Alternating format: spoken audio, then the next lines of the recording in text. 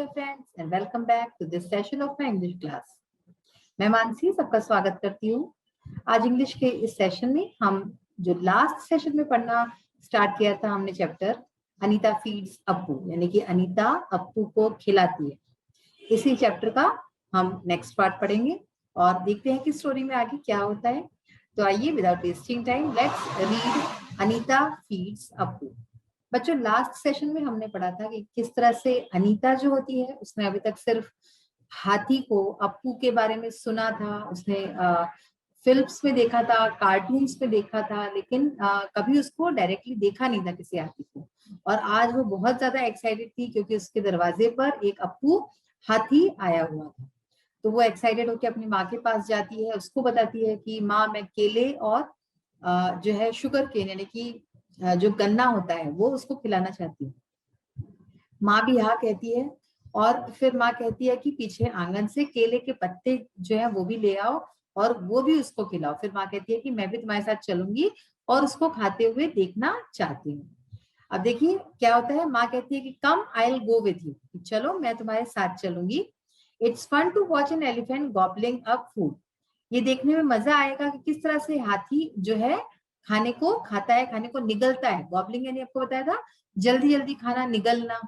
The mahout will be happy if you feed the elephant. महावत बहुत खुश होगा अगर हम हाथी को खाना खिलाएंगे तो। अनीता, माँ, see how the elephant is taking the bananas in his trunk and putting them into his mouth. He is using his trunk like a hand. तो अनीता जो है इतनी एक्साइटेड है, उसको हर चीज हाथी की देख के बहुत जो है नया लग रहा है। वो कहती है अपनी माँ से कि माँ देखो किस तरह से हाथी जो है बनाना ले रहा है अपनी ट्रंक यानी कि सूंड में, किस तरह से अपनी सूंड से केलों को उठा रहा है और putting them into his mouth, और फिर उसको अपने माउथ में, अपने मुंह में रख रहा है अपनी सूंड की मदद से। He is using his trunk like a hand. वो अपनी सूंड का इस्तेमाल हाथ की तरह कर रहा है। माँ कहती है ओ यस ही इज, तो कहती कि हाँ वो ऐसा ही कर रहा है।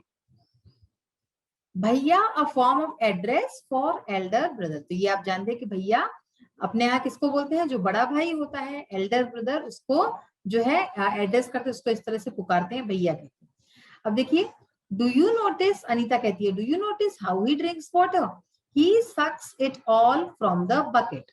नाउ सक्स का मतलब क्या होता है, चूसना, ठीक है। अनीता कहती है कि आपने नोटिस किया, आपने ध्यान दिया कि वो पानी किस तरह से पीता है। He sucks it all from the bucket. वो जो है बकेट से, वो बाल्टी से सारा पानी चूस लेता है। मतलब अगर आपने एक्चुअली देखा होगा कभी तो किस तरह से पानी पीता है, जैसे इस पिक्चर में दिखाया है वैसे ही वो पानी पीता है। महावत, महावत कहता है children would you like to ride Appu. बच्चों से पूछता है कि बच्चों क्या तुम लोग अप्पू की सवारी करना चाहोगे। अनीता कहती है I don't think I can balance myself up there. तो अनीता कहती है कि मुझे नहीं लगता कि मैं जो है वहां ऊपर अपने को बैलेंस कर पाऊंगी, अपने को संतुलन मेरा हो पाएगा वहां पे। I will fall off as he walks. जैसे ही वो चलेगा तो मैं गिर जाऊंगी। उसको डर लगता है, वो कहती है कि भाई इतने बड़े हाथी पे मैं बैठूंगी, हाथी चलेगा तो मैं तो गिर जाऊंगी, मेरा बैलेंस तो हो ही नहीं पाएगा। महावत कहता है no no I will show you how to ride an elephant. महावत उसको बताता है कि नहीं नहीं मैं तुम्हें बताता हूँ, मैं तुम्हें दिखाऊंगा कि किस तरह से एक एलिफेंट की, हाथी की सवारी करनी चाहिए। देखिए ये महावत है जो कि हाथी को चलाता है। Anita and some other children together how. अब इस पर जो है अनीता और कुछ और बच्चे जो है सब साथ में कहते हैं हाउ, यानी कि कैसे। महावत कहता है well we have a howdah and more than 6 children can easily fit into it. तो महावत कहता है कि हमारे पास एक हौदा है, देखिए जो ये दिख रहा है ना आपको, इसको हौदा बोलते हैं, ठीक है ना। तो एक हौदा है और इसमें 6 से ज्यादा बच्चे आराम से आ सकते हैं, इसमें इसके अंदर बैठ सकते हैं। Come children I will take you for a nice elephant ride. तो महावत कहता है कि आओ बच्चों मैं तुम्हें एक हाथी की एक बढ़िया सी सवारी करवाता हूँ। Appu will be glad to, Appu भी बहुत खुश होगा, ग्लैड यानी कि खुश। सो Anita, Anjum, Arif, Bala and Bhola all gather around the Mahawat and he helps them climb on to the elephant's back and sit in the hoda. तो अब क्या होता है, ये सुनने के बाद जितने भी बच्चे होते हैं अनीता, अंजुम, आरिफ, बाला, भोला, ये सारे बच्चे जो है महावत के हाथी के चारों तरफ वहां पे इकट्ठा हो जाते हैं और महावत जो होता है वो उनकी हेल्प करता है, मदद करता है ऊपर चढ़ने में एलिफेंट की बैक पे और बैठने में, हौदे में बैठने में उसकी सब बच्चों की मदद करता है। They are excited and a little scared too as Appu stands up and starts walking towards the park. तो ये सारे बच्चे बहुत ही उत्साहित थे, एक्साइटेड थे और साथ में थोड़ा सा डरे हुए भी, स्कैर्ड यानी कि डरना, डरे हुए भी थे। एज अप्पू स्टैंड्स अप, जैसे ही अप्पू खड़ा हुआ, जब बैठा था तब वो लोग बैठ गए, है ना, महावत ने उनकी मदद की, और जब वो खड़ा हुआ तब सब बच्चों को थोड़ा सा डर लगा। And starts walking towards the park, और फिर उसने चलना किया पार्क की तरफ। बच्चों आज आप लोग अगर हाथी पे कभी बैठे हो, ऊंट पे बैठे हो, अगर आपने कभी ऊंट की सवारी की हो तो ऐसे ही होता है, जब आप ऊंट पे बैठते हो ना, और जब ऊंट या हाथी इस तरह के जो जानवर होते खड़े होते हैं, क्या होता है, पेट में ऐसे गुड़गुड़ होता है, कुछ कुछ होता है ना, आपको ऐसे डर भी लगता है, मजा भी आता है, दोनों ही मिक्स्ड फीलिंग होती है। तो वैसे ही यहाँ पे बच्चों को हो रही थी। They wave out to the other children who are following them, तो सब बच्चों ने मिलके क्या किया, सब बच्चे बैठ गए और फिर हाथी पे बैठ के बाकी के बच्चे जो नीचे थे सबको वेव, यानी कि ऐसे टाटा बाय बाय करते हैं ना, तो सबको वेव करने लगे जो उनके पीछे पीछे चल रहे थे।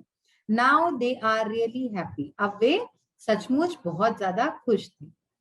Kindness gives birth to kindness. Now what is kindness? जो दयालुता होती है, हम किसी पे, पशु पक्षी पे या फिर इंसान पे भी हम जब कभी दयालुता दिखाते हैं तो वो काइंडनेस जो हम दिखाते हैं तो गिव्स बर्थ टू काइंडनेस, उससे ही दयालुता और पैदा होती है। हम एक को दिखाएंगे, जब हम शो करते हैं किस तरह से या अपने कामों से दिखाते हैं तो वही फिर वो और आगे बढ़ते थे। इसी तरह से kindness gives birth to the kindness, ये इसका जो है सार है। अब देखिए ये चैप्टर तो हमने आज पढ़ लिया, बहुत ही मजेदार चैप्टर था, मजा आया होगा आपको।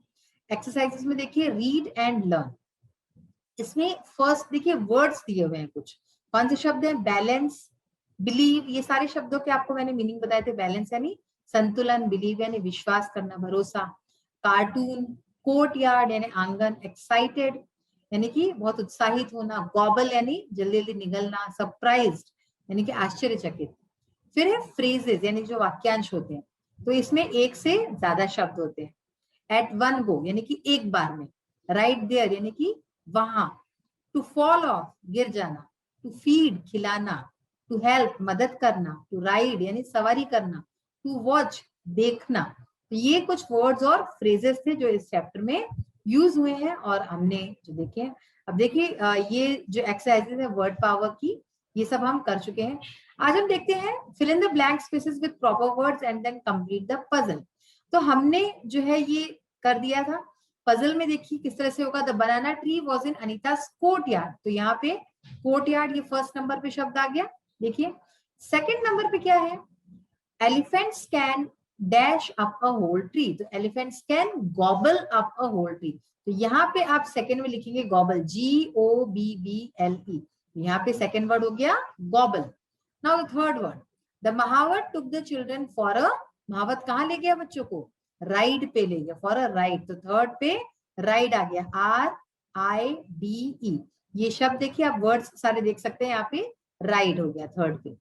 Fourth number, Anita was very dash that day, Anita क्या थी, बहुत ज्यादा उत्साहित थी, so Anita was very excited that day. ये देखिए फोर्थ नंबर पे आ जाएगा एक्साइटेड, EXCITED, तो fourth word is excited. Next fifth number, Anita thought she can never dash on the back of an elephant, Anita ने सोचा कि वो कभी भी एलिफेंट के बैक पे क्या नहीं कर पाएगी, बैलेंस, संतुलन नहीं कर पाएगी। सो यहाँ पे fifth word is balance, BALANCE, तो हो गया ये। नेक्स्ट है सिक्स वर्ड, देखिए Anita's mother wanted to dash the elephant eating, क्या करना चाहती थी, एलिफेंट को खाते हुए देखना चाहती थी, तो इसमें सिक्स वर्ड क्या है, वॉच, ये देखिए वॉच, WATCH, तो ये हो गया वॉच। और लास्ट है Anita and her friends were a little dash while sitting on the पौधा, क्या थे, अनीता और उसके दोस्त थोड़े से अफ्रेड थे, डरे हुए थे, so last word is afraid. तो ये सारे वर्ड्स जो हैं आप देख सकते हैं, मैंने लास्ट सेशन में आपको एक्सरसाइज करवाई थी, तो वहां से देख के भी आप लिख सकते हैं। तो बच्चों आज जो ये पार्ट है हमारा, हम यहीं पे अभी रोकते हैं और अब देखते हैं और आगे की एक्सरसाइजेस किस तरह से करनी है। Today we will see grammar in use. Grammar में देखेंगे हम आज। यहाँ पे क्या दिया है, कुछ फ्रेजेस दिए हुए हैं और उसका हमें यूज करना है सेंटेंसेस में। Make sentences of your own using the following phrases. तो कुछ फ्रेजेस दिए हुए हैं, फ्रेजेस कुछ एक वर्ड से रिलेटेड हमारे पास दो तीन फ्रेजेस हैं। तो आइए देखते हैं। फर्स्ट है हमारा जो वर्ड है वो है ब्रेड। ब्रेड से रिलेटेड यहाँ पे कुछ फ्रेजेस हैं, तो देखते हैं। A loaf of bread. A loaf of bread यानी क्या होता है, आप इसको ऐसे समझ सकते हैं कि पैकेट, ब्रेड का पैकेट होता है जैसे। A loaf of bread, he was eating a loaf of bread, यानी कि वो पूरा लॉफ खा रहा था ब्रेड का, ठीक है।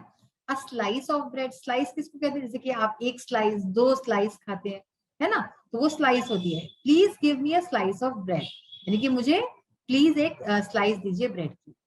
फिर देखिए अ किलो ऑफ ब्रेड, यानी कि 1 किलो जो ब्रेड में जो वजन में होता है। Rocky's mother asked him to bring a kilo of bread from the market. क्या हुआ इसका मतलब, रॉकी की माँ ने उसको जो है बाजार से 1 किलो ब्रेड लाने को वो बोला। अब है सोप। नेक्स्ट जो वर्ड है सोप, इस सोप से रिलेटेड कुछ जो है फ्रेजेस हैं। फर्स्ट वर्ड है अ केक ऑफ सोप, यानी कि साबुन का एक जो केक होता है, जो जिसको आप बोलते हैं ना, केक होता है। Rita always kept a cake of soap in her purse. तो केक छोटा होता है, ओके। तो रीता हमेशा अपने पर्स में एक केक रखती थी सोप का, यानी कि साबुन का एक टुकड़ा उसके पर्स में हमेशा रहता था। सेकेंड है अब बार ऑफ सोप, यानी कि जो साबुन की जो बट्टी होती है जिससे आप कपड़े धोते हैं। मीना वॉज वॉशिंग और clothes with a bar of soap. Meena अपने कपड़े जो है साबुन के बार से धो रही थी। नेक्स्ट वर्ड है पेपर, यानी कि जो पेपर होता है, कागज होता है। अ रीम ऑफ पेपर, पेपर का एक रीम यानी कि पूरा जो जैसे एक गट्ठर होता है ना। He bought a ream of paper for making science notes. उसने जो है एक पूरा रीम लाया पेपर का साइंस के नोट्स बनाने के लिए। नेक्स्ट है अ पीस ऑफ पेपर, यानी पेपर का टुकड़ा, कागज का एक टुकड़ा। Please give me a piece of paper to note down her address, यानी कि प्लीज मुझे एक कागज का टुकड़ा दो उसका एड्रेस लिखने के लिए, उसका पता लिखने के लिए। फिर है a sheet of paper, sheet यानी कि पूरा जो कागज होता है। The teacher took the students attendance on a sheet of paper that day, यानी कि टीचर ने उस दिन बच्चों की जो अटेंडेंस थी वो एक पेपर की शीट पे ली। फिर है फर्नीचर। फर्नीचर आप सब समझते हो, जो टेबल कुर्सी इस तरह की जो भी चीजें होती हैं। A piece of furniture, The sofa set in that shop is a marvelous piece of furniture I had ever seen.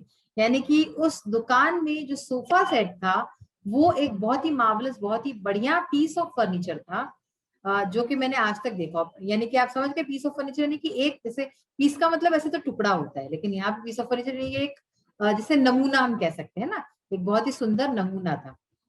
Furniture in a room, यानी कि रूम में, कमरे में furniture. There was no furniture in the room, उस कमरे में कोई भी फर्नीचर नहीं था।